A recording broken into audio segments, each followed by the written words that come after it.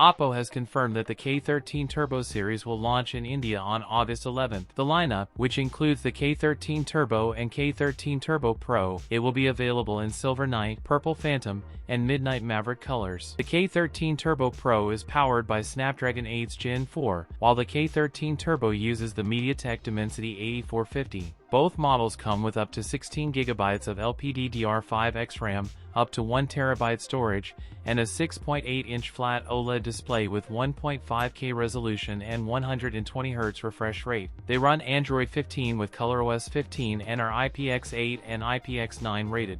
The series features a 50-megapixel main camera, an 8-megapixel depth sensor, and a 16-megapixel front camera. A 7000 mAh battery supports 80W fast charging. OPPO has confirmed that both phones will debut in India with a sub 40,000 rupees price tag. That's it for today's video. If you enjoyed it, don't forget to like, comment, and subscribe for more content. Thanks for watching, and I'll see you in the next one.